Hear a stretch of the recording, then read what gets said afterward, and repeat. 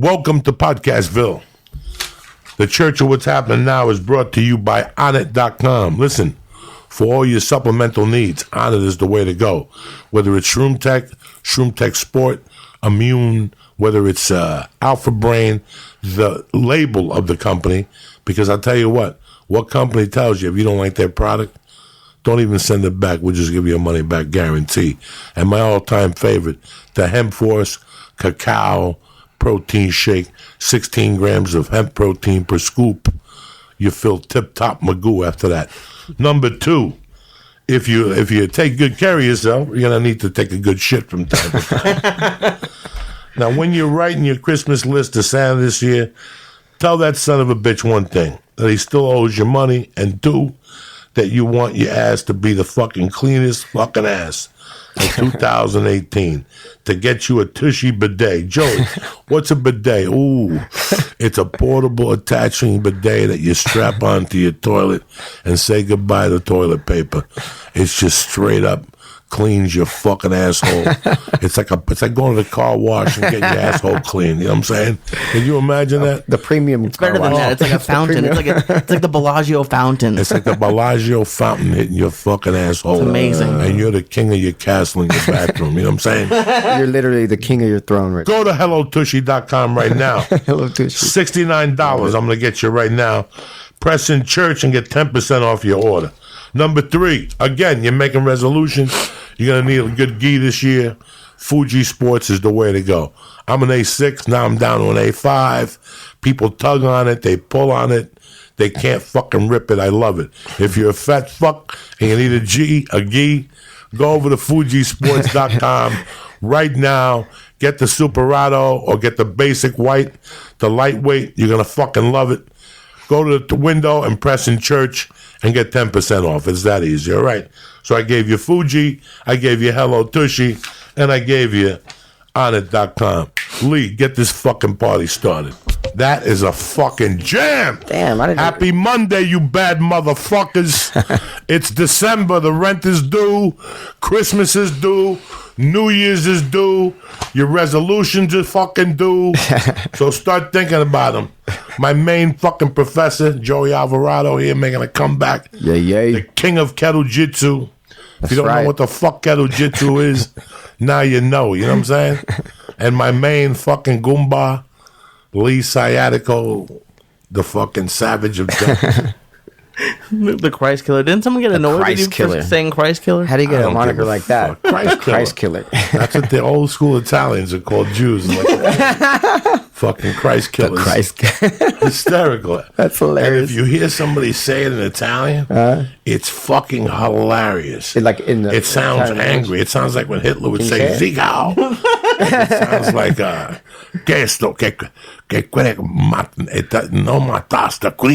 they say it real, like Cristo Killer or something. It sounds fucked up. Horrible. I had to say it once for an audition for a Boardwalk Empire. I was playing Sal Maranzano, and that's when I had heard it before, Christ Kill. I was like, damn, that's a bit fucking staticky to call fucking Jewish people. But in the 40s, 30s, and 50s, that's what they fucking call them. You were on that Boardwalk Empire? No, they sent me an audition like 2 or 3 times. I couldn't nail it. I watched a few episodes. That was pretty cool. That's a fucking great show. That's a crazy ass fucking show. Was that Buscemi guy? Buscemi. Yeah. It was, right there around the time with The Sopranos. HBO was on fire. What's going on, Professor? Same old, man. Just hustling.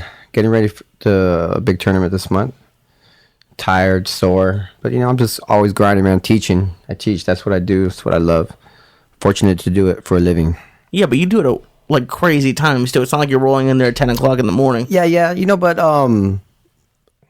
like, when I start off, like, I wake up, Monday, Wednesday, Friday, I wake up at 4 a.m. and I do the 5:30 thing. But, like, I teach at 5:30 a.m., 6:30 a.m., and then I crash out on the couch for a little while. So I take little naps, But, on average, I teach a little over 20 classes a week. So I really only work 20 hours a week because each class is an hour. But it's not that grueling, You get used to it. I'm used to that schedule. They have a lot of classes there. They do. They really fucking do. So 6:30, 12, 6:30, 7:30, 8:30. No, you're missing. It goes Well, yeah, that's just like jujitsu and stuff like that. Yeah, that's just jujitsu. I mean, but still, that's 5 classes a day, 4 days a week. That's and you skip 20. my 10 a.m. too. So like The 10 a.m. no-gi. yeah, Monday, Wednesday, Friday I teach 6:30. So what was that at? And then we still got, on Friday, we got another class there at 6:30 because there's no 2 classes. And then you got 1 on Saturday and 2 on Sunday, really, right? Well, for jiu-jitsu, yeah. Jiu-jitsu. You have the masters, right? The masters. Well, the masters training is kind of like that's off the record right there. It's not, that's just for like the just masters. a bunch of old guys. Yeah, the cats that don't want to like I don't know, they just want to train with each other, like a safer environment. Yeah, you got to be a certain age. So if you're not a certain age, man, and you sneak in there, they'll kick you out. I heard they're really serious about it. They are. Because I'm 46 years old, man, and I roll with all the young cats and stuff like that. But man, I can see how it takes its toll on people's body, man. Like some of the older cats just they can't do it, man. Everybody's built up differently. I got the blood of a fighter in me, so maybe that's why I'm able to hang with the young cats. But sometimes, man, like these young cats roll with these older guys, and they're just young and spazzy too, and catch. I catch elbows and stuff like that. They don't want to roll like that all the time. You know what I mean? And some people just don't have control. And in the masters class, they want to keep it fun and safe, and just kind of like nothing too crazy. What time's it start? I think it's like at 8 o'clock on Sundays. And you know who else has one of those like no fucking around classes could bring you at 7 in the morning? Does he really? I didn't know that. I heard that it's like fucking old dudes. Yeah. That's cool, man. It's cool when you can cater to like groups like that, because like over here, I was just talking to a guy. Not a lot of gyms have a good female program, and we have a really good female program over at Legacy, and then they have like a 9 a.m. on Saturdays. They have just an all female class, which is just all girls, and that's good to have that, man, because like. These girls, they're all, most of them have to roll with guys all the time, and it's fucking hard, man. It's hard for little girls. I have this little girl free all, man. Remember the Mexican girl? That was my all-time favorite. The Mexican girl that went to work at Salsa and Chips. Oh. She signed up again. Blanquita. I had money that Blanquita could kill a motherfucker. Dude, she was so she's like, I think she was like 4. Yeah, 10. Heart of gold, sweetheart. Yeah, but immigrant mentality. She worked hard. Fucking strong as fuck. She's strong as fuck. Strong. And sometimes you roll with a woman and they take you for a loop, and you're like, "Damn, I gotta put some elbow into this." Yeah, for sure. At first, I was fucking around. She got that crazy strength. Yeah, that some women it's just, and you get impressed with it. You're like, okay, yeah, for sure, man. Do it. She's a scrappy little girl, man. Like sometimes those little people are though. You know what I mean? You get little people that they get that Napoleon complex, so they're always being picked on and stuff like that. So they're like naturally like scrappy, man. You know what I mean? We have a few little scrappy people at our gym that Benny. Little Benny, yeah, that's Benny. He's definitely little Benny Blanco from the Bronx. That's Benny my boy. Blanco from the Bronx is the sweetest kid in the world. Oh, yeah. You ain't gonna catch him because he just keeps moving. You chase him. You can start by the window. Next thing you know, by the other side, and I'm trying to grab the back of his pants, and he's pushing away from me. I'm not. He's like, "You're not getting on top of me, Uncle Joey. I don't give a fuck what it takes." And every time I'm there, he'll always go roll and then come get me.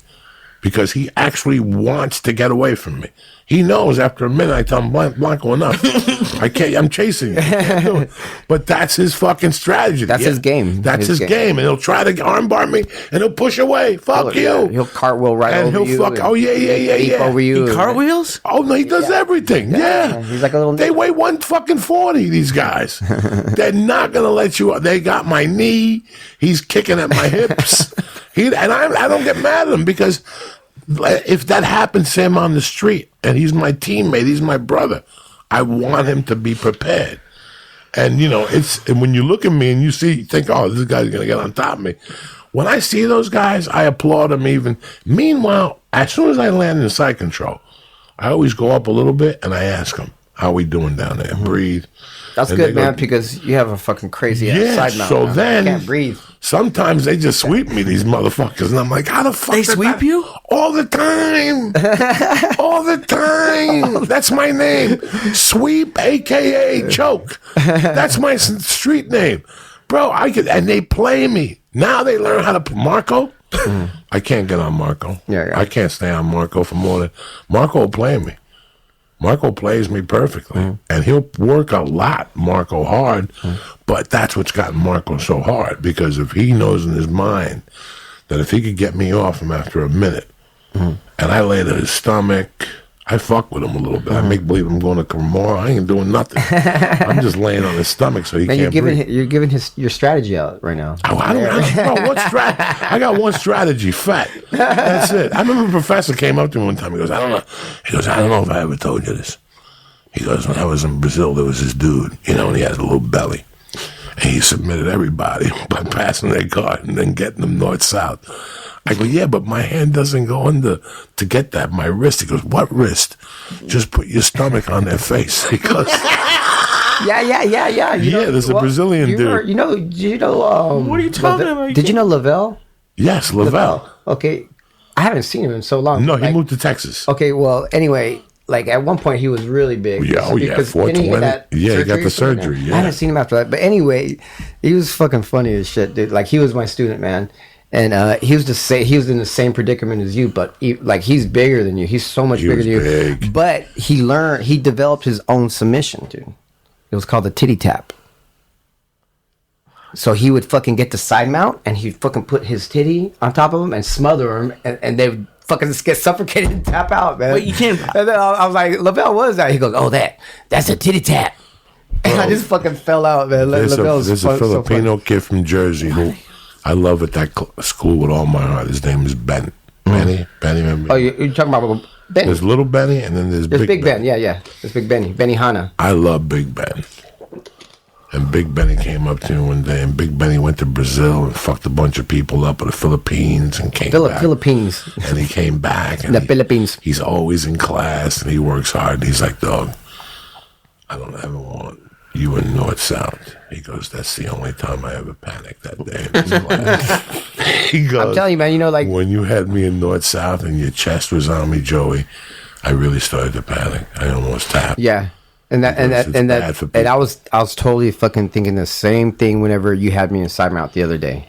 And I was like, if I didn't know how to position my hands and breathe properly, somebody would just be freaking out under this guy, man, because you know how to distribute your weight really well when you're in side mount. Because I'm tired. Yeah, you're not trying to give anything up, too. No. It's a thinking man's game. So I'm waiting for you. And when everybody's more experienced than I am. So they've already experienced to wait it out. Wait till Joey throws his leg over, goes to neon belly. We'll get him. Sometimes I fake a neon belly and go the other way, and that adds that extra weight. What I stopped doing that you taught me in the beginning that I abandoned it was the mount. The mount, if I love mounting and I like to see them buck 3 or 4 times, I'm not even submission them. I just let them burn it on their own. Oh, you just... And then I move my knees up, and I get them with a choke. And then I stop doing it. I just stop one day. I don't like mounting. It's so weird. But the thing that I've enjoyed the most about jiu-jitsu is it teaches you who the fuck you are. Oh, for sure, man. In the simplest way. It's a mirror with an x-ray machine that really teaches you every fucking one of your insecurities, your weaknesses. And then you have to figure out how to overcome all that shit. Yeah. That's why all those small guys, Baca, there's a little Italian, little New York looking brown belt that comes in during the week. Stocky dude. All those dudes, they fuck you up. I don't give a fuck if they're 5'4". Once my head goes over a certain angle, I know I'm going night-night. Yeah. I know they're sending me for a loop. I know it. And their experience Yeah. always has me. Sure. Very that's what interesting it's what about. I've learned the last couple of years. But I also learned that at my age, I have to be doing some type of weight work every week. Yeah. I could roll twice a week. That's great for me. Yeah, for sure. And that's why I've always looked at your programs. I mix them. I got a couple of those little Alvarado bats, and I loosen up with that, and I'll do cleans. And last week, I told Lee, last Sunday was the first time, because I miss him. Listen, playing football, if you can't tackle, sucks dick. All right? The reason why you play football is to tackle motherfuckers. Is chase somebody down and tackle them and get them down or block the thing. Doing a kettlebell workout and not doing swings sucks dick. Yeah, you can. I mean, like the thing is, I mean, you can mix it up if you know your. Now I know how to mix it up. I know that after I do swings, I can't sit down and write comic. Yeah. That was the other thing. You cannot. See, what happens? You get too wound it up. tightens your back too much. Oh, Yeah. And then when you're on the computer, you're basically, it's unnormal because your head's down. So in a way, you're neck cranking yourself. I didn't know this till this last time I hurt my back. Because, you know, when you write, the thing about writing is just like Jiu Jitsu. That's why I compare both arts. I like these people who go, I write 1 hour a day. That's good, Professor Joey, but it's not going to work because you don't find your Jiu Jitsu the same way like you don't find your writing till you're frustrated, till this 2.5 hour. It's like if I come over to your house, I keep passing your guard and keep laying on top of you. Okay? You know when you're going to figure it out? At the 2.5 hour mark. Yeah. You're going to learn, oh, wait a second. Look at this. And then you're going to go, let's do this again. And now you're going to get me from the other side. And the other. Writing is the same way. You'll sit there with a pen doing this shit. So I stopped doing that now. Now I actually take a story and go, yesterday Professor Joey taught me how to do the omoplata. I kick my legs out, and while I'm writing that, I'll go, omoplata, that's a funny word. So you follow me? Yeah, but it don't happen in an hour. That's why when people go to me, oh, I write an hour a day. That's not enough when you want to be serious. No. That's not enough when you want to work on your game. So the game gets delivered at the end of, and there's days, Professor, where you're going to do the 10 o'clock class, the 11 o'clock, you're going to do the 10 o'clock no-gi, 11 o'clock drill, and 12 o'clock Alvarado class, and you're still not going to get it. But there's going to be days that you're going to get it by, and that's the same thing with writing. Yeah. So sometimes I may be sitting there, da-da-da-da-da-da, and all of a sudden at the 2.5 mark, and next thing you know, I've been sitting there. I left Alberto's at 1:30. I went home, I had a protein shake, and I've been sitting there, and it's fucking 6:45. Professor, when you will go to get up, you have no idea what your body feels like at 45. Yeah. If you do 10 sets of swings in 10 minutes, and 3 sets of cleans, and 3 sets of goblets, and then I would do 3 sets of one-arm swings, I can't sit down after that. You have to be, and then I do Your endorphins are all kicking in. And I do the stretch also. You got to do the warm down. Cool down. The cool down. I do everything, the thighs. And now what I've been doing that works, oh my God, Professor, you ready? I'm going to drop the bomb on you because I know I saw you fucking with it. Somebody's fucking with it at Alberto's. They had the bomb that I have. The bomb. The CBD bomb. No. You go in the shower. You put the shower on real hot. You take the deodorizer soap and you wash down. And then you take the loofah and you do the regular soap so you smell normal. Like you don't smell like you got the HIV. You know what I'm saying?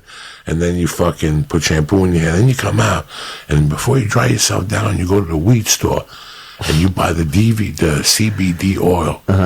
And you rub it on your fucking legs like cream. Professor.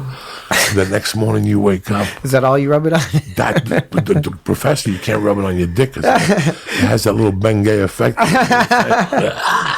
You don't want to get your dick high either, Let me man. tell you something, dog. Once you start getting up there in age, you need everything you can to go to the gym the next day. Yeah, man, I love that CBD shit. I That don't like CBD shit lately, I get this. You got to try spray. the stuff that I use, man. Not the roll-on. I saw the roll-on. The roll-on, I love it, man. The roll-on is the shit. I've used. I went used a bunch through of it. I went through it. Which one are you using? The one you're using. The Elixir Cure? I made believe like I didn't see it. Did you leave that for me? Somebody, it was there. Somebody left it for me, and I was like, oh my God! I got it at the comedy store. I got it from Gino at Speedweed. That's who's got it. Oh, okay. Speedweed. If you want that stuff, Elixir it's a Cure. Please sponsor me. Secure, guys. Secure. It's Sponsor a roll-on. Like so, I love it. You go home and it. you take a shower. I would put it on my knee before the ice, and then I would put the ice on my knee, and then take it off. You know what I do, man? Like, and for my knees too. Like, it's crazy because I roll it on before training, and I'll put my knee brace over it. So now, like, that knee brace has that shit in it. So now I'll put the knee brace on without it, and then I take it off, and it's all cool again. And I was, I love that shit, man. So that it really cools your spazzy muscles down. Like, man, I'm always like rubbing it on my neck. Bro, when I get in, when I walk in the door from Jiu-Jitsu, I'm holding my bag. And I put it on the counter. I take the gi out, the fucking the rash guard. I throw it in the laundry, and the laundry just happens to be there's a door, and I open up the other door. And I take an ice pack and I put it on my back. And I take that, and I get a big glass of whatever water I have left.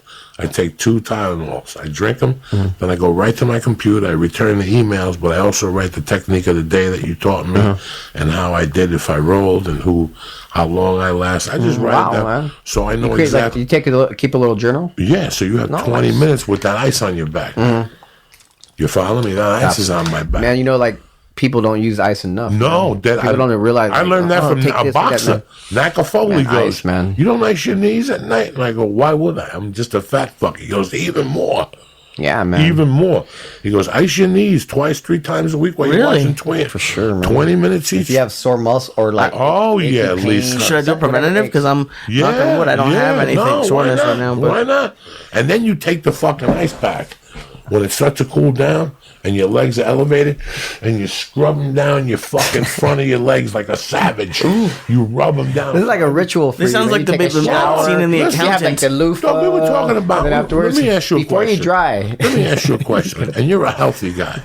Pretty healthy, I think. What does the day of Joey Alvarado consist of when he wakes up before? It depends on the day. I've always told people this. What does it take to be Joey Alvarado? To wake up at 4, to get and do kettlebell. And you're not just there with a whistle acting like fucking Larry Bird. You're actually doing the technique with them. Oh, yeah, I train with myself. And then, I lead by the example. time you go into fucking whatever, goodbye and hugs, you put that La Bamba music on. That fucking Spanish music. Ricky Martin. And then you put a gi on, and then you start doing tumbles. You're a 46-year-old man. Now it's 2 hours already in. You take that nap, whatever. Yeah. I know you drink a lot of water. I know you're taking supplements. Maybe not. I know you may be taking a protein Cocaine's shake. a hell of a drug. Cocaine's a hell of a Cocaine's a hell of a drug. Now, you know what, man? Man, just because I do what I love for a living. So, like, the kettlebell stuff, I love that people actually show up to a 5:30 a.m. class for me to take it. Fucking you know what I mean? crazy. Like, to do something that I developed. I would have a heart attack. You know that, right? Kettlebells, but you wouldn't, man. I always tell people just to go at your own pace, man. I know who to push in the classes. Like, if you were or Lee or somebody was to show up and they never did my workout, then I'm not gonna like make you do every little bit. I'm like, dude, take a break, use a lighter weight. Practice technique more than anything, because your average person can't go through an hour class like me. People do that all the time. Your class is an hour? It's an hour. Oh my god, that's a long kettlebell. But no, that's the thing. That's the misconception. It's not just kettlebell. Okay. It's body weight and kettlebell. So we start. Look, he's already doing mobility right there. We start off with mobility right there.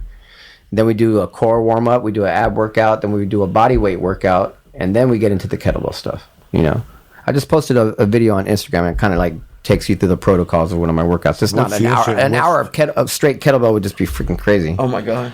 I would probably die. What's your Instagram handle? Just kettle-jitsu. Just look up kettle-jitsu. Yeah, I looked at all your videos because, like I said, I don't want to be Joe Atlas, but I want to be a little strong. You want to keep your muscles strong at this age. You want to prevent osteoporosis. Yeah, for sure. You got to keep moving, man. When you stop moving, that's when your body starts seizing up on you. Kettlebells are the biggest fat burner besides swimming, which I have to do. I have to put. You don't have to do a surgery for one day. I have to put a tube in my ear because after jiu-jitsu, that fluid stays in my ear, and I go deaf, and I can't. That's crazy. It's bad enough. Like, I don't tell people this shit. I don't know what you're saying sometimes. That's why I got. You ever see me looking at you like? Yeah. Like you owe me $20, and you're like, why is Joey looking at me like that? Because I got to read your lips and listen. Plus, you're blowing my mind. You're blowing my mind. I've never. It's the funniest. Like if I teach it could be like the littlest thing, and then his eyes light up like a little kid. And he gets his. He reminds me of like a little kid. I love it because I fucking love it. So I have to pay that much attention. So when people have music on, like when I used to kickbox, it was the perfect size gym to give me anxiety from the music. It was it was take 10 feet away from Alvarado with that same length. If you put music on too loud with you talking, my head doesn't process. I gotta go outside and get air. It's too much. It's too much. Alberto's, it's perfect. I have to really look at you. Like when I'm looking at you during the class, it's because, dog, I'm really paying attention to you. Like I'm looking at your lips. Yeah. You're a very attentive student. I can't hear. So I have to pay. So you have to focus even more. But that's crazy. You read lips? Yeah, where I came from, you got to read at least part-time lips. Oh, my God. I was a part-time everything. Like I told Lee the other day for years. I didn't know lip reader was an occupation. When I was a kid, I found out by mistake that a true relative of mine was a tremendous pickpocket. Like when that was another one of your professions too, pickpocketing, right? Oh my God! When I was a young kid, at the age of like 6, I heard rumors about a relative of mine that was just superb enough that a beat cop could be standing on the corner, and that is the highest honor of a pickpocket, is to take the badge off a cop. Highest honor. That's the highest. So that's the equivalent of like being a black belt, stripes and like if you to be a black belt pickpocket is to go up to a cop and take the badge off and then go back up to him 10 minutes later and put it back on. Nah, come on, bro. Man. That's how smooth, dog. That's like movie shit. Listen to me. There's a movie called about pickpockets that you'll never even find. It was a movie they made they made Focus with. Whatever the fuck it is, Will Smith with the hot chick. That was great. That was about pickpocketing? Pickpocketing scams. You know, when there's an event in the city, what really happens. Okay. When an event goes down in Houston, like you think it's a Super Bowl, but every scammer in the country is headed down there, every hooker. Yeah? Yeah, because that's where the money's at. You gotta be. Yeah. So this Harry in your pocket is like, it could be James Coburn, and it's an old movie. See what year it is. Harry in Your Pocket. Harry in Your Pocket. And it's about these dudes that's it. They work airports. That's when you're going to have money on you. So that movie came out, and me hearing all this shit about pickpocketing. So I asked one of my relatives. 73. I asked one of my, who's in the movie? Let's see here. I asked one of my relatives from Cuba, how do you become a pickpocket? He goes, that whole side of the family. I feel like this is your movie, by the way. Who's in the movie? James Coburn. Told you. Michael Sarrazin. Yeah. Trish Van Devere. Yeah, you don't even. Walter Pigeon. Yeah, these movies, they don't even make movies like this no more. James Coburn, I know who that is. So I asked around that side of the family, and they said that, oh my God, they had houses set up with dummies. With clothes on and wallets, but they had bells. And that's how you train to become a pickpocket. What? They got like a pickpocket training center. Like my family, that side of the family. It's like a pickpocket dojo. Training like a pickpocket dojo. Whoa. Have you seen the videos from the Olympics in Brazil with the pickpockets? I could just imagine. It was. It's brilliant. It's brilliant art. There was these kids just following them, and they knew they were there. That's why I hate touristy areas. That's why I hate tourists, and that's why I don't hate tourists. I feel bad for tourists who make it obvious that they're tourists. Right. Because there are people that prey. Like when I lived in San Francisco in '85, I preyed on tourists. I would sit there reading the Los Angeles, the San Francisco Times with a suit on, with $200 pair of shoes on, and when Joey Alvarado would check in, hi Joey Alvarado, would you like to use American Express? No cash. I know I got a pigeon. What, room 312 in those days. That's why they write it down now to you and give it to you. Oh my God. Because there'd be guys like me in the hallway reading her lips, going, go to room 312. And I just sit there, and what's the first thing you do when you get to a city? You drop your shit off and you go out. Yeah. And I would shoot right to your room, kick the door down, and take whatever I had to take.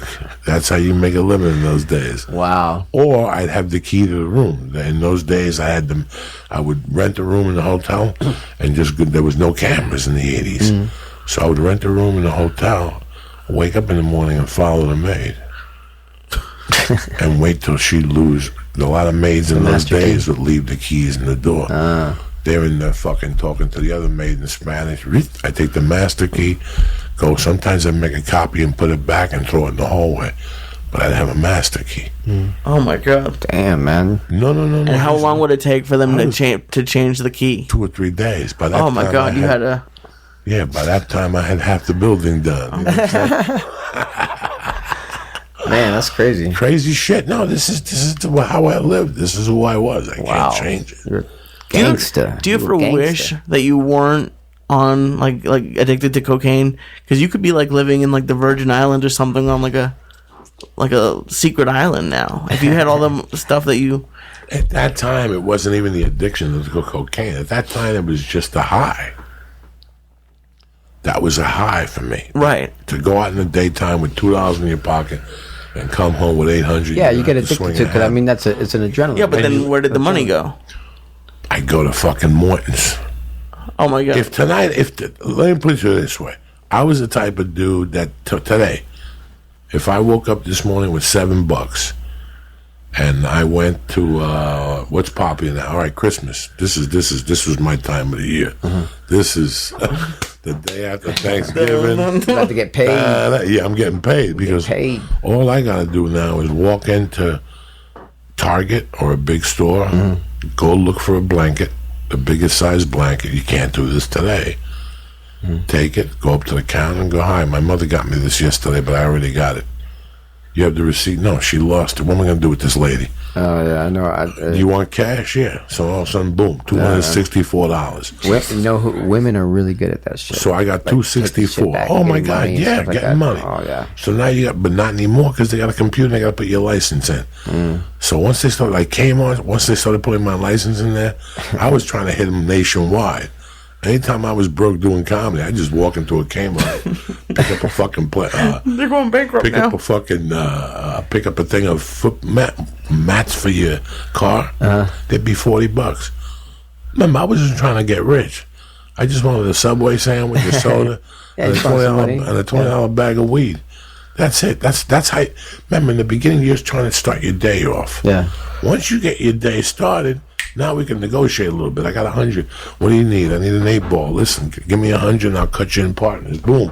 I throw a gram of cut on it. Now we got a half a gram of Coke, plus we got $100 of cash, and we just bumped into Lee. He wants to buy an ounce of weed. Oh, man. We'll sell him 3/4 of an ounce, and we'll get a spray bottle. And we'll spray water into the weed to make it heavier. So when he gets it, it's 4 ounces. Damn, when he takes it home the next morning, it's 3.5. You're like. It was all day. Did you guys ever do? It was all day. You made the weed wet to make it. You make it wetter. Yeah, you make it wetter. Yeah, that is crazy. You spray the weed in the big bag, shake it up, and then put it into a different. You need to do bag. like a little. And when you went to weigh it, the weight is heavy. Shit, Joey. Dog, this is when you're 24/7 and you're hustling. You do like a little guide on how to be a thug. But you can't do this no more because but still just for shits they got scales, they got cameras, they got so many things. Yeah, man. You know, that's how you. So all right, so let's pretend like one day. Well, in 1993, I was just getting into comedy. I was into it, but I wasn't getting a job, Professor. I was not going to get a job. So what I decided to do, what was the hottest thing in 1993? Coffee machines. Okay. Everybody wanted a coffee machine. Now, if it had an espresso machine, Madonna mia. But if it had an espresso cappuccino machine. And they have like one that espresso bar that has they were $400. For a coffee machine. For a coffee. And then the cheaper one after that was $249. So I always had a backup. So I would get a nice shirt on, shave, and I would pick it up, bring it to the counter. My mother got me this for Christmas. I already got an espresso machine. I don't even drink coffee. How would you like your money back, cash or a check? If I check, I'll take cash. You know, you make believe like you don't want it, and then they give you. And then you go... I'd go, okay, let's say I live in L.A., so I would North Hollywood, the one, and then I'd take a ride to Culver City. And to go to the same store in Culver City and do it all over again. Now I got $900. Damn. What do you think I'm Ballin'. going to do? So it's 4 o'clock. I got $900. Do I keep stealing? No, I made my nut for the day. 900, I'm good. So what do? On the way home, I stop at the weed store. I drop a yardstick. I go by the coke dealer's house. I drop a yardstick on him. I go home. I give Mama a deuce. Because God forbid she don't get a taste of the action. She doesn't even ask you how you made the money. And then you celebrate. What do you want to do? You want to hold on to it? What are you going to hold on to it Fuck for? yeah. Oh, I'm going to hold on. I'm going to put it in the bank. No. You make reservation at Rayo's and you walk in there like you own the joint. I'm going to meatball. Give them a 20. Give them a 20. Even though you got $10 in your pocket. And guess what you do? The next morning you wake up, Lee, and you do it all over again. You have no idea what It's it a hustle, takes. man. When I was in Vegas this last week, there were people doing 3-card money next to the Bellagio, and they had a girl who looked like she was smoking crack at the time as like the plant to keep winning, and I saw people lose hundreds because the starting bid was 100. It was crazy. How long did it take for the cops to get They there? had like 6 TV trays up at like where the fountain was. They had like 6 TV trays. They had people on each one, and they had guys up and down the strip looking. And every few minutes they'd take it off and be like, "No, we'll be right back. We'll be right back." And they were there. I stood there for like 10 minutes. So the hustle is basically this. The hustle is, you know what 3-card Monte is? No, I'm not. 3-card Monte is it was a ball under a cap. a ball under a cap. It could be that. It could be the Ball under a cap. the bean. It could be. Yeah. Go look at it. Yeah. The one I grew up around was a deck of cards. So you take 3 cards, 3 ace of spades, and you fold them. And I go, pick the red one. So I take 2 black cards and a 2 black cards and a red one. I show it to you, Joey Alvarado. I put the fucking thing down, and all of a sudden you're like, nah, I don't want to bet. Leo come up and go 20 on the red. Lee's a winner, $20. Let's do it. All Yeah, right, Leo God come in damn again. it. Leo come in again. No, Lee works with me. Right? Yeah. No. Yeah. Leo, but you're a tourist. You're just coming in from Belgium. Yeah. There's Belgium. 3 Mexicans. There's a couple Irish dudes. Yeah. We're having a good time here. Look at the red. Look at the red. Look at the red. Bop, boom. He knows where it is again. He doubles his money now. Now he doubles it again. In fact, I even curse him. Get the fuck out of here, you fat Jew motherfucker. You're trying to fuck my shit up. Fuck you. Fucking price killer. And all of a sudden, it's like magic. Once he don't pick, you'll pick. And then I get you for 20, and then this guy will start picking. And all of a sudden, Little Jedi mind trick. I swear And they to do God, something when the tourist is doing it, because I know where it is. I look at it. Professor, within 6 minutes, I got you for $800 and $900. And all of a sudden, you, who works for me, also go, police. Even if the cops ain't coming, you just broke up the action and the energy. That tourist who was going to go to Disneyland with his kids just got taken for $800. There's no. I got taken for 100. I'll admit it. Did you really? I'll admit it. I wanted to try it. I wanted to try because I knew where it was, and they did something. And as soon as they took my $100, I was like, "Fuck you, man!" They're brilliant. and they're brilliant. They were like, "Stay. I'm going to give you a chance to get your money back, man." And I'm like, "Fuck no, I'm going." They're brilliant. They're brilliant. It's a scam that's been in New York for thousands of years, and then they would come, and it's all played on a cardboard box. So you ever see cat food, whatever, they cut the thing, and that cardboard box, they play it on there. 3 cards. Let's go, G. And it's every 20 minutes they sack up anywhere from $800 to $1,100, and they break it up. And 20 minutes later they pop somewhere else. And 20 minutes, but all in the same area. And they keep getting tourists, and it's all day. And then they go, it's living that life is a hard. There's people who do it and die in jail, because somewhere along the line you're gonna get caught. Eventually, man, you're gonna get popped. And that was my deterrent always. That these guys, even mob guys, all these guys do crimes all their life. They have a great time. They get their dick sucked, but then you go to jail when you're 55. Fuck that. Which I don't think that's successful. Nah. By no means. No, man. No. Going to jail at 55, your golden years. I never wanted. This is your years where you're fucking supposed to be getting checks in the mail and going to get a haircut and going to the park and going to the track, jiu-jitsu. training jiu-jitsu. You're an old guy like Savage, whatever. I can't imagine going to jail and you're 55. That would suck. 60, 70, die in a fucking jail. No. Fuck you. All those years for nothing. Yep. So, Good thing you gave it up, Joey. I'm glad you did, man. I had no choice, Professor. I had no choice because I knew, well, if the comedy wouldn't have worked, I knew I would go back to drug dealing again or booking. Mm-hmm. I always knew that. I used to say, if this doesn't work, if something happens and I have to leave LA, why even do this? I'll just go back to New York, move into a cave and sell coke somewhere until they shoot me, I die. Or, what a fucking attitude. But who gives a fuck? Crazy. You got to have something to fall back on, right? I spoke to a friend of mine today. I spoke to a friend of mine this morning. Early, he called me. I went outside to smoke pot like about 6:30 in the morning. I had some coffee. And when I came in, he had missed-called me. And he called me, and I called him back. His name was Carlos. And I grew up with his younger brother, Didi. When my mother died, I hung out tight with them. Tight. And they took care of me. You know, those people just, they didn't have much, but they gave me what they had. Absolutely. Carlos was the oldest, and Didi was 2 years younger than me. Bitch-slapping motherfuckers.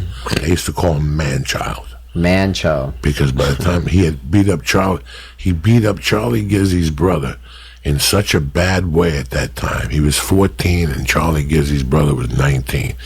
But he threw such a beating on him that it ended with him taking him. And I don't know if you remember 1980, car bumpers were not 5 mile an hour bumpers. Bumpers were made of fucking steel, Jack. And how that fight ended was Didi grabbing Gizzy by the hair and hitting him against the car bumper. That's unheard of. Right away, people got aware of him, and I snatched him up early because that's security there. That dude, he became my brother. Man-child became and your brother. And then Carlos was his older brother, good-looking guy. And me and Didi used to get Quaaludes. Security. Like in high school, we were kids, and we'd buy a Quaalude a piece for $4, and we'd split a bottle of vodka, and we'd sit in his room, his brother's room, till 2:33 in the morning, fucked up on the vodka and the Quaalude. Oh my God! Listening to Led Zeppelin 3, right? And then his brother would come home, and his brother would go, "What the fuck are you guys doing?" And we're like, "Listen, can we get a line of coke from me?" He would go, "I'll give you one line, but then you gotta leave." And he would give us one little tiny line of coke, and that was it. That was our night. So I hung out. I grew up with them. I loved them. But he called me to ask me, he goes, "Do you remember a night where you with my brother and something happened?" And and I go, "Jesus Christ." I go, "I can't believe you're telling me this story. I was just telling my wife at dinner." Because his brother was tough. Carlos was tough. And the people he hung out with were tough. And one night, me, Didi, and some other dude over at the park, minding their own business. You know, you're just minding your own business with a fucking case of beer, and you're smoking pot, and there was a fence, like the one we have here. And something happened that a girl we grew up with, and Didi got into a conversation. But what we didn't know that up the fucking corner, the 16-year-old girl, the 17-year-old girl, had like a 20-year-old boyfriend. We had no fucking idea what was going on. So the boyfriend comes down. It's like Friday, maybe 11 o'clock. I got a couple beers in me, a couple lines of coke. The other guy's a little tuned up. And I know Didi's tuned up. Now it's the dead of the winter. Cops didn't care? There was no cops then. And so Didi had gone out with, I don't know if you even remember this, Coach. You'll have to be old to remember this. In the 80s, they used to make football shirts, Lee, that were covered up to here was cotton and all around your shoulder, but under here was netting. Oh, yeah. Remember? Those. Yeah. Dog, it was 40 degrees. He went out with the netting. No T-shirt. That's how crazy Didi was. So if I was 17, Didi was 15. My mother had already died. And something happens that fucking, I'll never forget this. Didi and the girl, but he was good looking, bro. He could have stole it. The boyfriend came, started talking to Didi. The boyfriend's buddies came. We all went up. And they threw a beating on us. But they threw a beating on Didi. The guy punched Didi in the face twice. And Didi goes to the guy, he goes, "I'm coming back. You guys are fucking," his name was Monahan. He goes, "We're coming back, motherfucker." And we walked up the hill, pissed off. His shirt was ripped.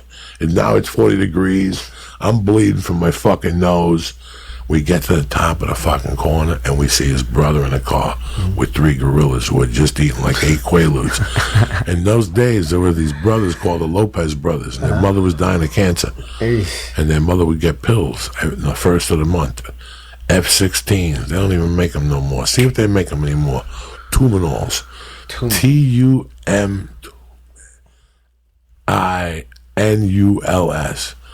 Tuminols. And they Can you use it in a sentence? So what do you want me to... Tuminols. Do they still make them? I say Tuinol. Tuminol. No, I searched for that. Yeah, they don't even make them no more. They had the number on them was F-16. You know what I'm saying? If you got a pill on it with F-16, a little capsule, they were worse. They were 3 steps worse than Quaaludes. They were on those things. Wow. And they pulled over, and we're like, what happened? And we go, we just got into a fight. These dudes beat us up. He goes, who beat you up? And we go, they're down there right now. And they go, run behind us. Bro, these 4 guys got out of the car, and they threw a beating on those dudes. But the dude who had beat up Didi had gotten away. That was the big thing. We chased him down for like an hour. Get that fool, though. So then, like a week later, I forgot all about this story. I heard it like from Carlos. Monahan, the kid who had hit Didi, was tough. Like, this was no fucking joke. This was going to become bad because Carlos even said, he goes, I thought he could take me. But he was my little brother. I just couldn't let him hit my little brother, so I had to confront him. So he was the first dude I ever did heroin with. I was about 16. His name was Gunther Brown. If you ask me again, I'm gonna knock it down.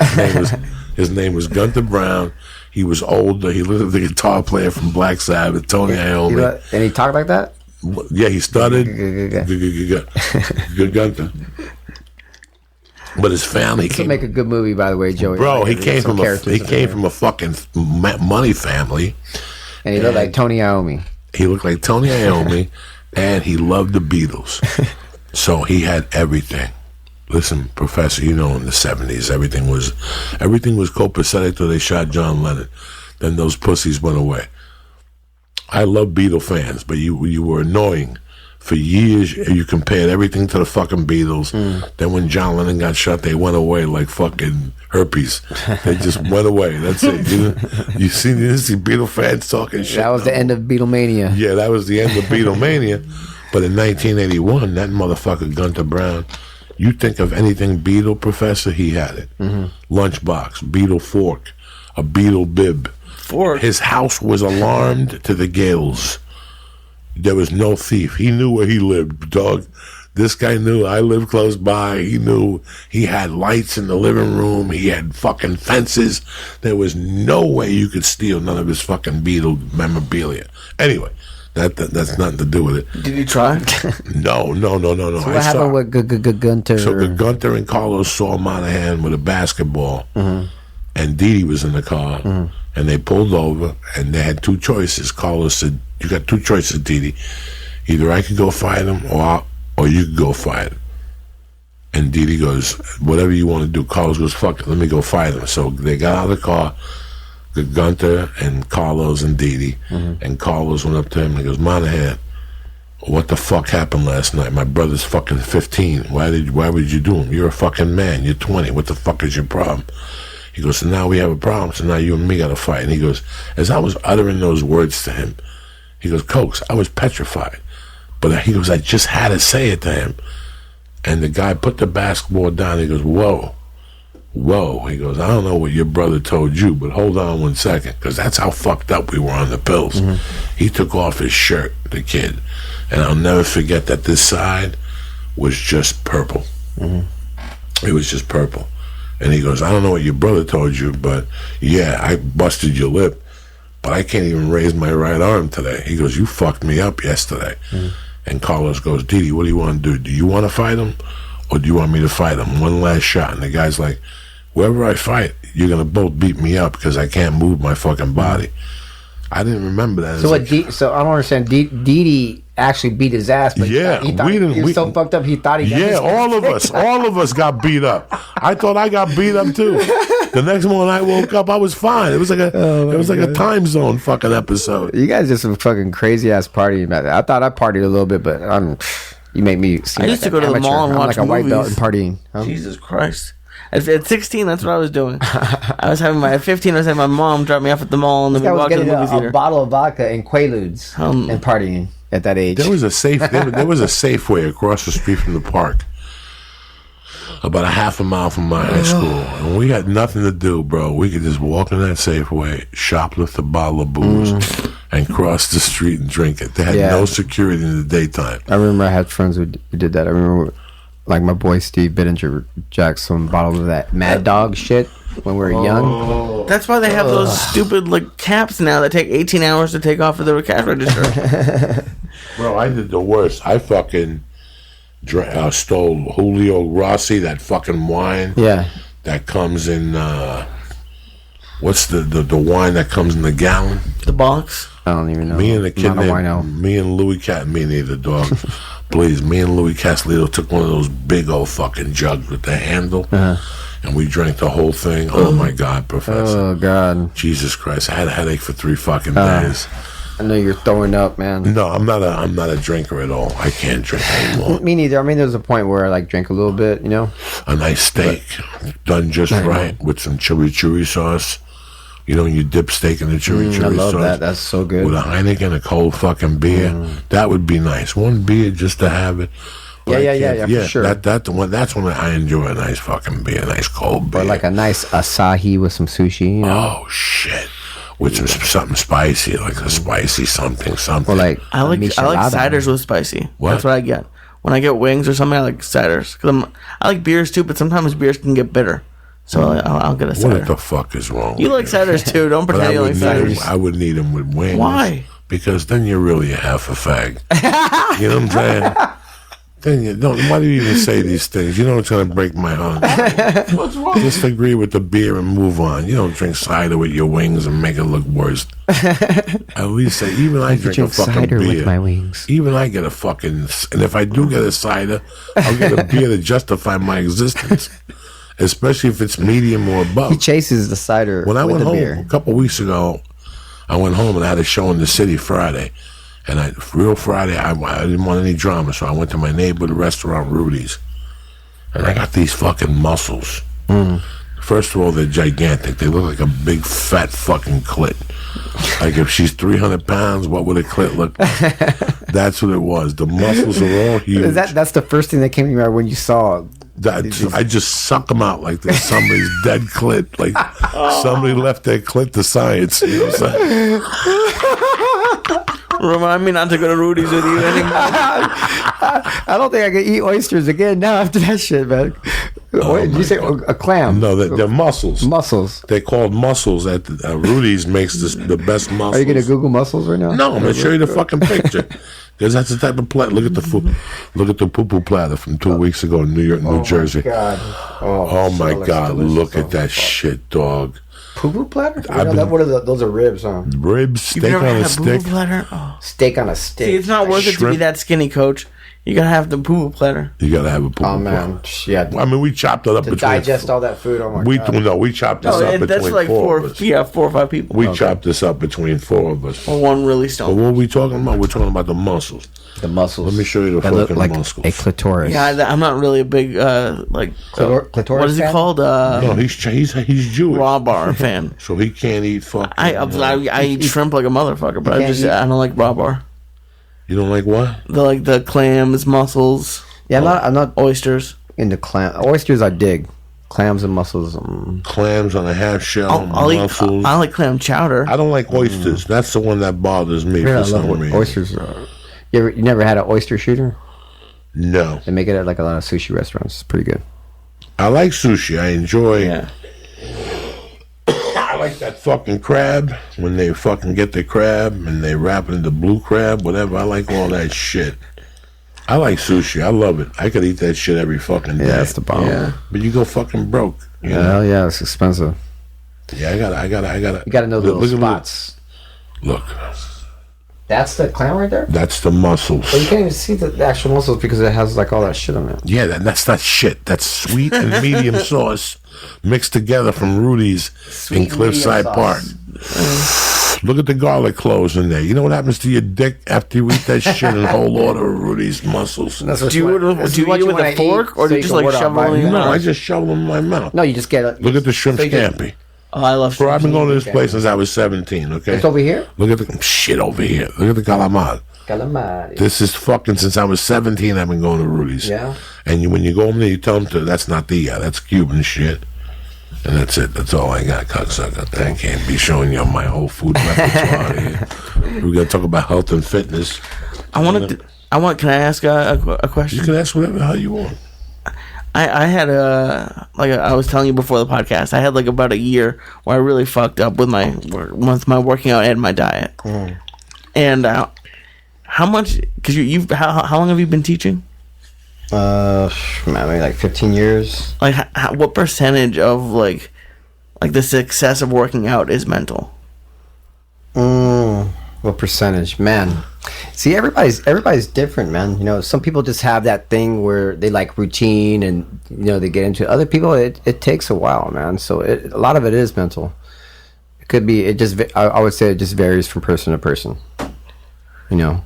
And to be motivated to work out and stuff like that, you know, and you have to do things to motivate yourself. I tell people, like, take a picture of yourself, you know, take a picture and like, you know, like, is that how you want to look? You want to look different, you know, like use different ways to motivate yourself, you know. Right, that's true. I mean, and people like a lot of women, like they need a girlfriend to come with them to motivate, and that motivates them because they're doing it together. Maybe that, you know, there's different ways to help motivate yourself, but like. Yeah, the percentage thing would have to vary from person to person. Everybody's different, man. Because I was thinking about a conversation I had with Joey when I was going to that kettlebell place. And it was kind of expensive, $110 a month. And he said, why don't you just get kettlebells, or why don't you just do them at the gym? Like, why? Like, you already know what you're doing now. And I, like, for some reason with working out, I need a coach or a group, because I'm not good at just going just for myself. Yeah, see, that's different. Yeah, for sure, man. So then you're the type of person that needs to go to some kind of boot camp or something where there's somebody there that's going to make you do something, unless you want to hire a personal trainer to do it, you know. But and it's not even make me do something, but like if I like motivate me, and especially if I like the person, I don't want to let them down by not going. Yeah. Gotcha. Yeah, man. You know, like, you got to find something that works for you. And it's really hard for like not your average person can't just go to the gym and stay motivated and work out by themselves. Right. There's some people that are like that, you know, but like it's a lot more fun to train in a group, though, I think, in my opinion. I joined karate at the age of 5 or 6. And I really enjoyed it, but I gotta tell you something. That was the birth of Joey Karate, right there. That was Goju Karate, 90th Street, West End. Guy's still alive. Then I crossed the bridge when we moved to Jersey, and I joined Gushinru Karate, which is all the same shit at that time. That time, it's 1970. The country was pretty much karate. It was a karate, kung fu, and judo were tied for second in 1970, and nothing else. There was no savate, there was no capoeira, there was no Brazilian jiu-jitsu. No, not back then. There was a little taekwondo. Taekwondo was making waves and different, but not as big as Goju was the black karate with the fist. And then all the Vietnam vets came back, and they were teaching their own style, which was all the same. Shotoran, Shotokan, Kyoko King, King Kang. It was all the fucking same.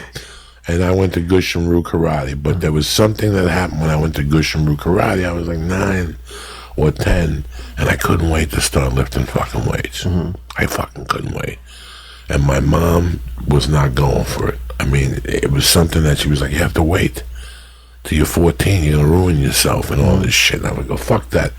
So I would wait till she was gone, and I would take the closets, the sliding closets, and I would unhinge them and put them on 2 chairs, Professor, like 2 fucking bar stools, and I would get a bench press. That's the ones with cement in them. Yeah. If you dropped them too hard, they would shatter and shit.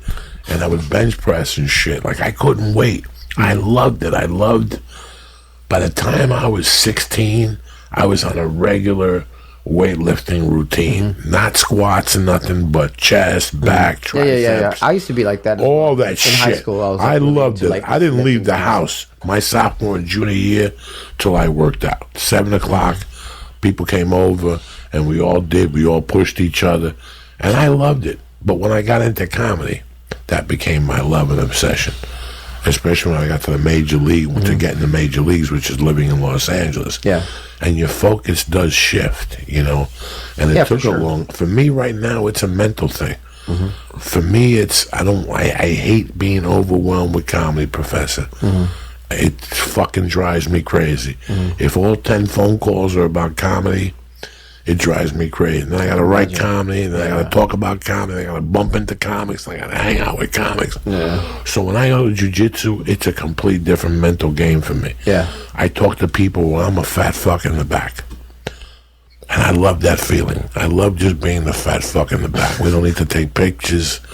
We don't need to talk about comedy. What's your next movie? It's your happy place, man. It's my happy place. I've had a lot of people tell me that. And I think that part of all those years where I was fucking up, Professor, was because I didn't have a happy place. My happy place. You gotta have an outlet, man. You can't do the same shit all the time. My happy place to the edge of... This was the problem, was I was a double agent, Professor. Okay, because... I knew it all along. The other day I had a really interesting conversation with Eddie Bravo. And I had a couple interesting... A lot of people think that I would even consider... It's fucking hilarious. Eddie Bravo asked me something the other day, and when I told him no, he almost died. He goes, so when you get high before class, how do you do? Because I told Eddie, I called him, I go, I went 2 Sundays ago, not this last Sunday, the Sunday before, I got murdered, Professor. White belts were choking me out. I just didn't have it that day. Yeah. And I called Eddie, I go, if I ever thought about quitting, it would be today. And he goes, did you get high before class? I go, dog, I don't get high before class. I go, if I got a 12 o'clock class, the last time I'll get high is at 8:30 in the morning. I won't get high 3 hours before fucking... And he's like, get the fuck out of here. I'm like, you think I'm fucking with you? I go, that shit. I thought you did, though. No, hell no. I always thought you did, like, edibles. Bro, no. Not this last time.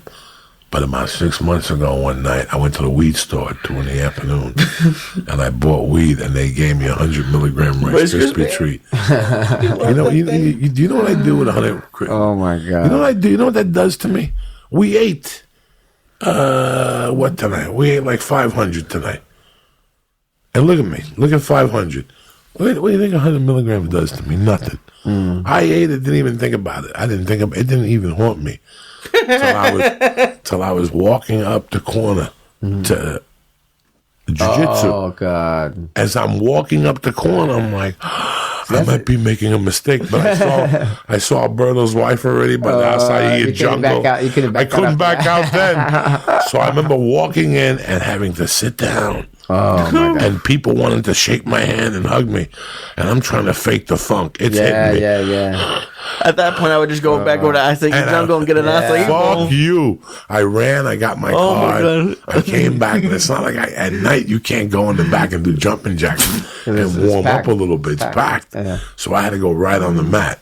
And during the warm up, when you do the grip crunches, the cross choke crunchecitos. During the cross choke chunk is the cross choke chunk. You had it was kicking. Let me tell you something. Coast chunk. The anxiety was off the charts, and I'm looking at you, and you don't know what's going on, and I'm high and like fuck. That's the day that you were like, he's so interested in jiu-jitsu today. Oh my God! And then we went over a technique.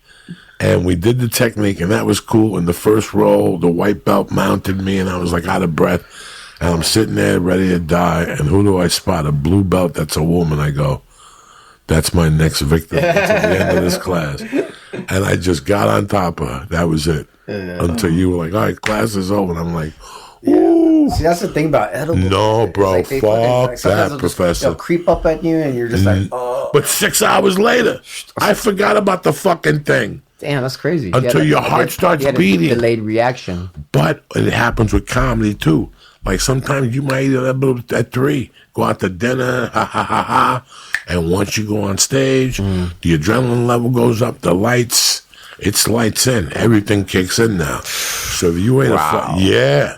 That's intense, man. That's No, but it's not, bro. I think being underneath a guy like you in half guard is more scarier to me than being on stage bombing at the 10-minute mark. You have no idea. When you bomb, dog, in comedy, you have to. The best is when you open for somebody and you bomb. Like for years, I opened for Rogan and bombed. And when people come out and go, Joe, you were great, and all of a sudden they look at you and they go, you were good too. You sucked. You have to walk out in front of those fucking people. Like that is I can imagine. That's crazy, man. horrible feeling. Yeah. People's careers have ended when they heckle. And you make these videos, and you're pretty natural in front of a camera. I've been doing it for a while. Been doing it for a while, but I think I'm a natural actor. Are you? So if anybody's giving any roles out there, They ain't never giving dick anymore. Those days are over with. Even somebody's, you mean I don't have a chance of being discovered on here or anything? especially now that Harvey Weinstein got busted.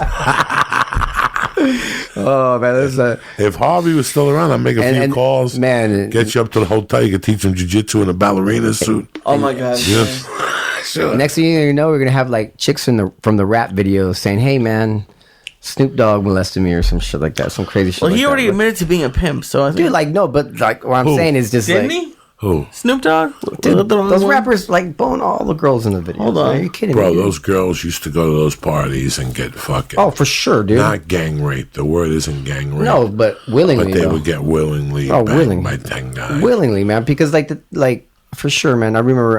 Yeah, okay. I'm not lying. Yeah, some of those He guys did like. declare himself a pimp? I think he did Like a it, but pimp, I don't think like he a took the little money or pimp. something. It's a Rolling Stone article. It was from 2013. He was In 03, was he pimping. put an organization together. What? When he was doing the Playboy tour, he had a bus following with 10 bitches on it. I could fire a bitch, fuck a bitch, get a new hoe. He said city to city. Oh my god. I'll put this up there, I guess, for you. But he, but he said he'd act like he'd take her money, but he'd give the money back to her. So he was just pretending to be. He just wanted to see what it was like. I guess. Oh my god, dude. That's what people do that are millionaires. They just, hey, I'm gonna pretend to be a pimp for a little while, just to see what it's like. Bunny. Oh, the Bunny Whaler is a pimp. Was he a pimp? Who's Bunny Whaler? I don't know. From Sultry. I'd see that and let them take the money from the He wasn't bitch. joking. Somehow, Stu's wife or his wife, survival. My wife had to take a back seat to this shit. And I love her to this day because she could have shook out a nigga, but she stayed in my corner. So when I decided to let go, she was still there. Yeah, you're a lucky did. man. 10 My bitches. wife. Right there it says a lot of athletes bought pussy from me. Look what he wrote here. Hold on. Look at this stuff. That is so funny, dude. Like city to city, titty to titty, hotel room to hotel room. Jesus I Christ. mean, what the? Listen, you're Justin Bieber. You're on a tour bus. What the 10 fuck do you bitches, think though. happens? Come on, Somebody man. was telling me a story years ago about when Paulie Shaw was at his peak. That he had gone to his club at the time. He goes, I was like a server, but I remember coming in and seeing a line of girls, and it was Paulie in the bus with blind like things, and he had a guy outside waiting and he would have girls that would just come in to suck his dick. Yeah. I can imagine. You want to put yourself in that type of position. That's your fucking business. That's what I mean? Pauly Shore. So Justin Bieber, man. I can't imagine what What do you those do, guys man? do. That's crazy. Well, you got nothing going on. You live here. You're hot. You got a hot body. You wear those fucking hot fucking shoes. What do you want me to tell you? I don't know. Do you take somebody on the road? Who the fuck knows, man? You just try to do the best you can and try to be a gentleman. But on those road things, you saw Fresh Out of Compton when they fucking... Fresh they Outta had- Compton? Whatever the fuck the movie is. They had Straight the Outta chicks in Compton? the room and the black guy knocked on the door. and she was sucking the guy's dick, and that's his girlfriend. And But isn't the point to like get someone new in every city? Why do they want to take somebody? That's a maybe, hotel you know, room. maybe there's different. That's you know what a groupie is, man. That's what 10 groupies- girls are. You bring groupies on the road? Groupies follow the groupie follows bands and artists. Oh, okay. If the groupie's going to drive themselves, then that's okay. Yeah. Yeah, Sometimes it's I mean, like in but that- like apparently. What was they that have movie they made? Buses full of them now. Remember that movie they did with Which one? with the guy from My Name Is Earl and Mark Maron about music? Really good music. Almost famous. Almost Famous. Almost famous. Yeah. The why I'm was a it golden Almost god. Famous or the other No, one? Rockstar. It was Rockstar. Oh, Rockstar. Okay. Where the girls followed in the back. Girlfriends were in the back. Yeah, yeah, limo yeah, or yeah, something yeah. like that. Yeah. Those guys had weird fucking rules on tours, bro. Those are tours with 20 people on them, Lee. Holy shit, that's a lot of money. Your dealer, your coke dealer, your fucking weed dealer, your psychic healer, you know, your relationship. Does he still charge you for the weed? Listen, who the fuck knows, Lee? You're making millions of dollars. You were living in a fucking camp, and next thing you know, you're selling out arenas. You don't even know how much money you fucking have. You have the #1 album in the fucking country, and 5 nights a week you're selling out 19,000 fucking seats, 2 shows a fucking night. What do you think happens in the 70s and 80s when the music business Sex, drugs, and rock and roll. was still alive, when music was still alive, and you put out an album and you sold 10 billion fucking copies, like, you know, Whitney Houston numbers, and you know, what's the chick that sang the Titanic? Celine Dion. You know, those numbers, that takes you into millions of dollars Crazy how much money they in make. music. Music has millions of layers to it. You know, Rob Thomas. I read a story one time of Rob Thomas, how much he made off writing one fucking song because he always kept the rights. Who the fuck knows? A lot more like a than I show. ever fucking made. Yeah, man. You know, It's crazy. look at when look at the controversy that happened with the Beatles and Michael Jackson. Michael Jackson bought the rights to the Beatles music under fucking Paul McCartney's nose. Why do you think he bought that? Because there was so much. That means anytime fucking Chevrolet wants to use one of your songs, He's gonna be making money. you're gonna use that. That's gonna be You know making how money big forever. the Beatles catalog is? Are you fucking Are you crazy? kidding me? Even Led Zeppelin broke down. Led Zeppelin, who were the kings of anti-commercial, once they went with Cadillac, but I guarantee you, Cadillac had to pay Zeppelin a lot of fucking money, dog. Yeah. I guarantee one of those guys raised their hand and said, "Listen, my bank account fell under 200 million for the first time in 20 years." Music business is huge. It's huge, man. I was just watching the Joe Rogan when he had Billy Corgan on there, and I mean, the Smashing Pumpkins, they're pretty big, but I didn't realize they made that much money. Oh, fuck yeah. And he was talking about like going and just for the hell of it, just go walking and buy a fucking Ferrari or Lamborghini and shit. I was like, wow, because I remember that one album, Siamese Dream, was huge. And after that, they had another one that was pretty big, but like, man, like, I mean, when you're selling a couple million albums, I guess you're making it a shitload of cheddar. If you I didn't stay see on them. the road for a year and you perform 4 nights a week, like what Guns N' Roses just did, Yeah, right now they're making. The tour just ended Wednesday night. It was they did it on live on whatever the fuck it was, but I can't even imagine the money they make on they the road. probably every made a night. shitload of money on this tour. Because for them to get back together, they had to promise them a big amount of money. That's what they Oh, do for with sure. Listen, the money's there. You know, they were getting For Guns N' Roses, for fuck Thursday yeah. night show. They were getting $2,000 a ticket for Wednesday night show Wow. because that was the last night of the tour at the fucking Forum. There's tons of there was, you know, crazy. now there's, you know, you drive down Sunset. There's no more record stores. There's none of the ones over by. Nobody buys none of that It's shit. crazy how the You know, it's how- changed. You know, I remember living to walk into a fucking, like the other day I went into the one by Burbank. That's one of my favorite ones. Which right one? now. What? I'm too lazy to drive to Hollywood to Amoeba, which I need to go I haven't there. been in a music store in God knows how. Oh, Jesus Christ. This I is just buy everything on Google Play, man. Can't remember the last time I bought a CD or a DVD for that matter. Let me tell you something. You have to go to Amoeba at least Amoeba? one time. Yeah, Amoeba. I mean, that's just to walk around. I love it. I go to Amoeba.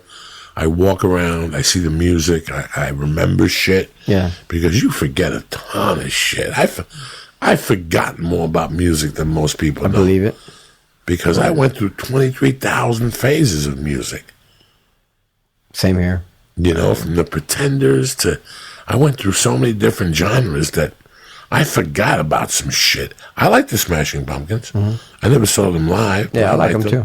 I mean, I liked the album before the Siamese Dream and Siamese Dream, and then I kind of got out of them for a little while. But that was around like the whole grunge era and stuff like that.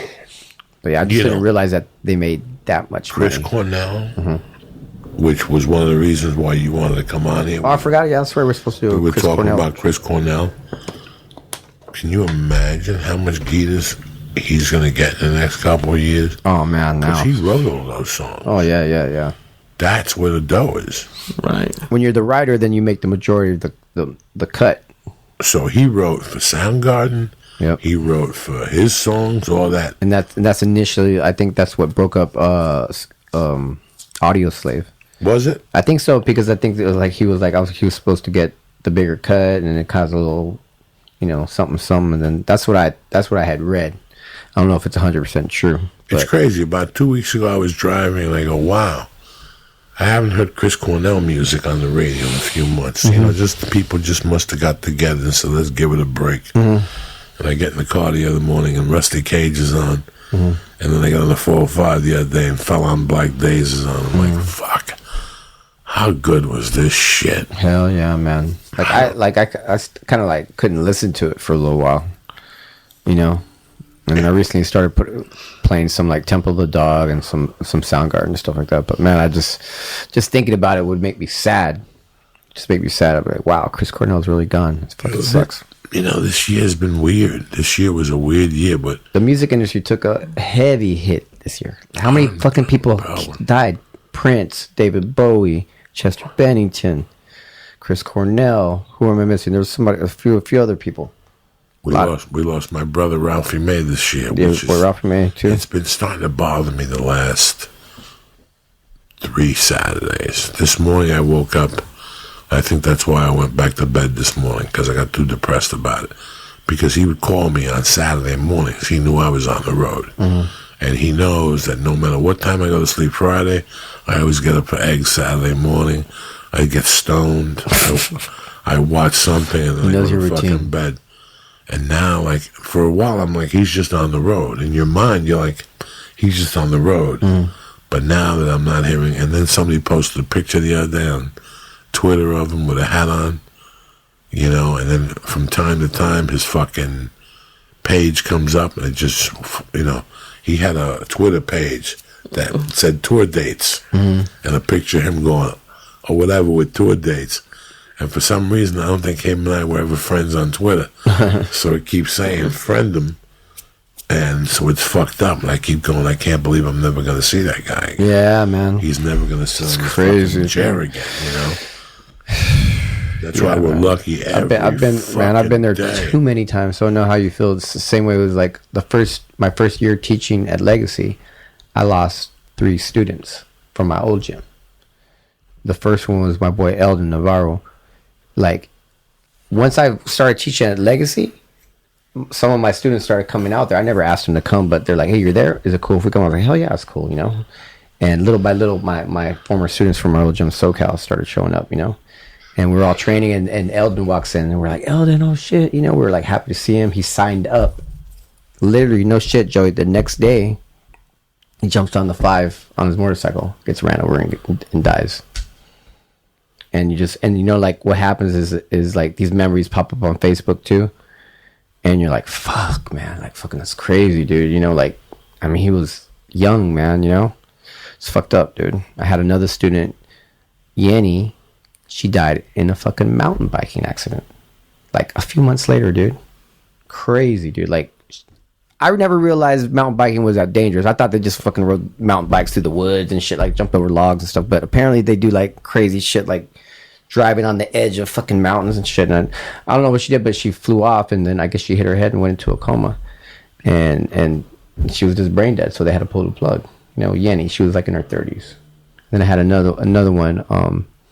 John Hevsgold, like he killed himself and shit, man. You know, and it's fucking crazy, man. You know, it's crazy, man. People just dropping off flies, man. You know, and that's kind of like been my story my whole life. I've like had a lot of people die to me, man. So I know I've had crazy, it man. since I was It's crazy, younger man. too, and it's you. And I remember my uncle telling me one day, he goes, "Mijo," he goes, "Don't think it's God punishing you, man." He's like, he's like, sometimes some people get it worse than others, you know. Because my mom died, my dad died, my little brother was strangled 3 years ago.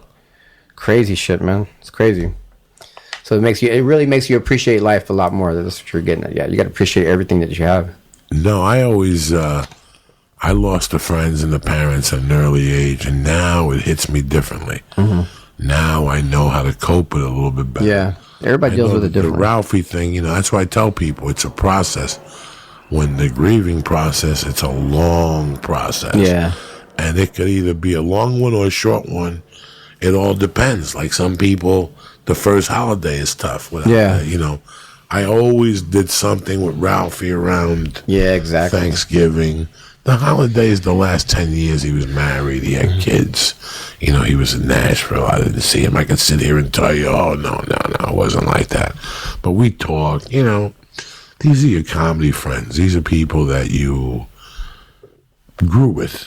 You know, you watch them grow and they watch you grow. It's a special type of bond, you know. So, no, the Cornell thing, and look, I heard it. I said to myself I hadn't heard it. And boom, I heard 2 fucking jams.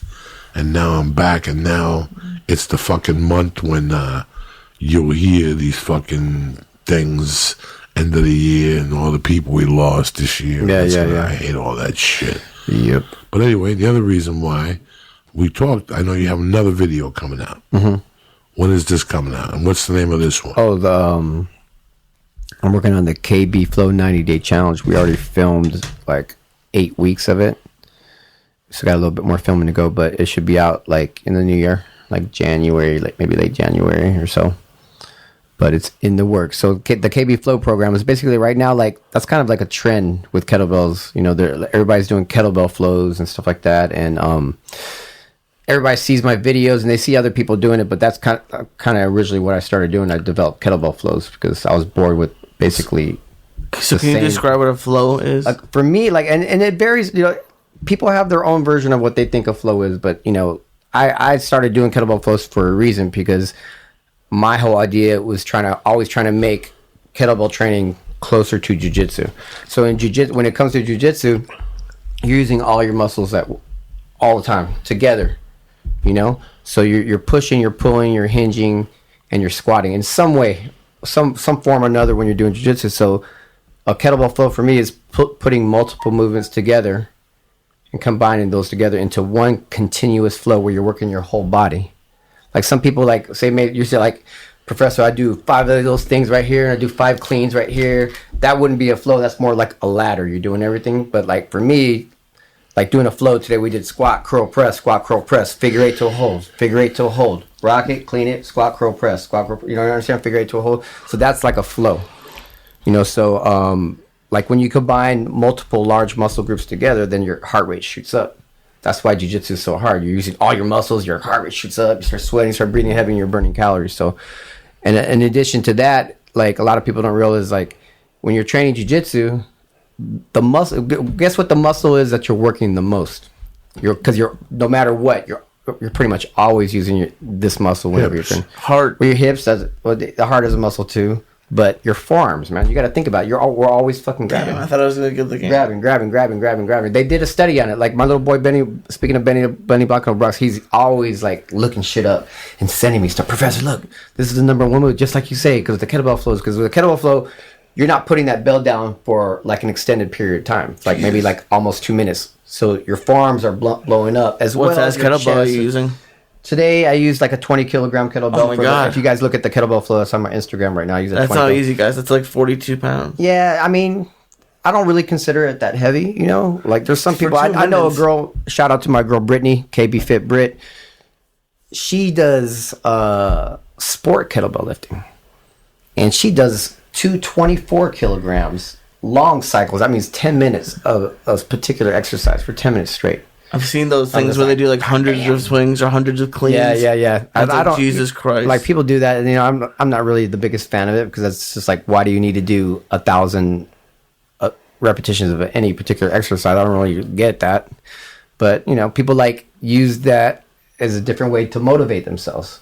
You know what I mean? Right. Like, oh, I got to do another challenge. I'm going to try to do 1,000 swings during this week. Just something. People like to set goals. I'm not a fan of the 1,000 swings because it's kind of like overworking your your posterior chamber a little bit. I think 500 swings is a better goal. I don't even, man. Honestly, after the end of the week, we don't even get 100. We don't even get 100 swings. Are you serious? Yeah, it's not about like how many. It's about the whole routine together and working all your muscles evenly. I don't like working one muscle more than another. I like to get a full body workout. Like if after you leave like one of my kettlebell workouts, you're gonna feel it everywhere. You're gonna feel it everywhere. You're not gonna just feel it in your butt or your legs or your chest or whatever. You know what I mean? That's what I'm always trying to accomplish in the workout, is to get a full body workout and a safe workout. So the KB Flow Challenge is going to have basically like what people see on my Instagram. They see 1 minute of a workout. They're not seeing what leads up to that. You know what I mean?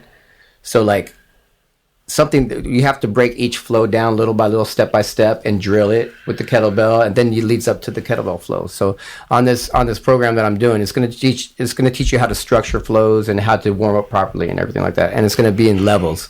So by the end of the 90-day program, man, you're going to have like a really amazing understanding of kettlebells. And not only just kettlebell, but like movement with kettlebells, because that's why I love kettlebells so much, is because you can add so much movement to it as well. But it doesn't get too crazy. Like nowadays people are really into doing the most complicated flows possible. But the way I look at it is like, it's not really practical. I wouldn't be able to teach it to a class anyway. You have to make the flows practical so people can actually do them with you as well, But, that's the beauty of fitness, man. You can just do whatever you want. You could do crazy flows, or I'm always thinking about how am I going to teach this to my students as well, So like the KB Flow program that's going to be coming out is going to be structured like from a beginning kettlebell flow to intermediate to advanced to like double kettlebell flows and stuff like that as well. So by the end of that program, you're going to be a kettlebell beast for sure. Let me ask you this: like, that's it. This is the month where people start looking at themselves and go, I bought these pants and they fucking don't fit no more. My wife is fucking putting them in the shrinker too long. But it's not that. It's that you fucking eat Can't shrink them everything in anymore. the house. Nah, Yeah, this is the 1 month where people don't work out, man. The gym gets slow all the time. This time of the year. Yeah, and they're just waiting for the fucking And then it'll New be Year. packed. And then New Year, that's when the New Year's resolutions kick in. That's when and then everybody wants to fucking work out again, It's And then summer comes around and then it slows down again. They're like, oh. some guy, 40, typical 40s, used to work out, stopped because he had a kid or something. He starts watching one of your videos. What's the first video? I thought, because you have some great videos on there. Like you got like a 3-minute intervals. You got the free workout sample, the basic tutorial. I mean, you got some great little. You even had a piece that was in Jiu Jitsu magazine. Yeah. I've been in Jiu Jitsu magazine a couple times. Yeah, for sure. So what can they start off with? Just like what? Honestly, squats. Like man, you have to find kettlebells is not something that, or just exercise in general, is just something you just don't want to look at Instagram and just grab something to start doing. Well, you have a program online. Yeah. I mean, you can go online. Any of my programs start from absolute beginner. So like anybody can pick up any one of my programs. I'm not going to I haven't done just like a straight advanced workout out there, So like all my programs, if you go online, and actually, you know what? Like I forgot to take everything down from my Black Friday sale. So everything's still discounted right now. So it's super cheap. You can get $9.99. You can get a 1-month Turkish Get Up program right now. And it's going to take you step by step from beginner to advanced, So like anybody can pick up one of my downloads and start from scratch. I definitely do not recommend like looking at an Instagram video and being like, hey, and just pick up a kettlebell and start doing it. Because like I said, there's a lot that leads up to it. You have to know how to warm up properly and stuff like that. So like my downloads is just like basically like having me in your living room to work out with, and that's how I try to make them. So I watch what you do. Or find a place that has a legit kettlebell person and learn from them. It's funny because I know you're starting to certify people.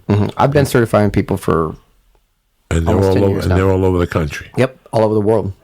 And But it's funny, I see the people who just basically work with you. And I see how they've transformed, especially how their jiu-jitsu game. The one kid who works at his dad's mechanic shop, your boy in the morning, the Filipino kid, the doctor, that came from VMAC with all of us. Carlo, you know. I see how their games all change. You teach a different type of game. Jiu-jitsu, yeah. And it's really, I could see it with the people that you work with, you know. For sure, man. It's just a shame I can't get up at 6 to come see. It's not for everybody, man. But yeah, I think I have a particular style. You know, I kind of like try to emulate my master, Roger Machado's style of jiu-jitsu, you know. Like he really just emphasizes like technique over strength and not hurting people and just flow. That's all I'm talking about, flow. You always hear me saying, be like water, be like water, be like water. Like, that's how I like to try to roll. Like in the tournament, it's totally different. It's a lot harder. It's a lot crazier, but like, yeah, a lot of the guys that I train over there, we try to get them that nice flowy style, you know, transition and stuff like that. You're a beautiful fucking man. Let me give some shout outs here. Yeah. The Polarizer with a new podcast. My man Chris Hardy, P. Penato, Alexander Voigt, Rocky Rebellion, Sam Firmino, Chris Otto, Don Wrangler, and my main man, the Australian Warrior, and Dante, the email Gazzini. You know what I'm saying? I love him to death. He's a fucking savage. Don't forget, tonight, I'm going to be at Observatory in San Diego. I'll be leaving here right after I fucking get out of here. So I'll see you cocksuckers tonight. And tomorrow night, I'm in the Santa Ana Observatory with my main man, Wheeler Walker Jr. both nights. Fucking Sunday night was fucking tremendous. Lee was dancing. Some country girl wanted to lick his nuts. It was like Harvey Weinstein backwards. You know what I'm saying? Go to Wheeler Walker. It was a great show. Thank you for having me. Yeah, no, it's going to be fucking great. It's going to be great. It was great last night. I can't see it being any better tonight. Always a fucking pleasure seeing you, Professor.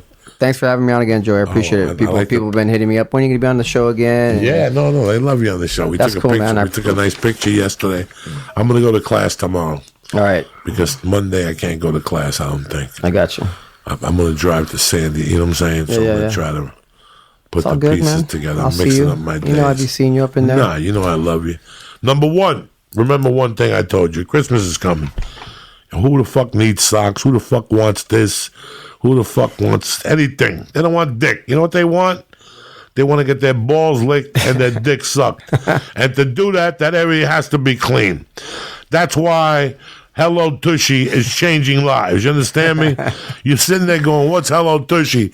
It's a portable bidet. You adjust in your toilet. And after you take the shit of life, you press a button and a stream of fountain water cleans your asshole, all that fungi and leftover chicken wings and whatever else the fuck you've been eating. So when you're writing your Christmas list to Santa this year, tell that son of a bitch he still owes you Geeters. And all you want is a clean butt cheeks. That's it. And we got access to pine cones.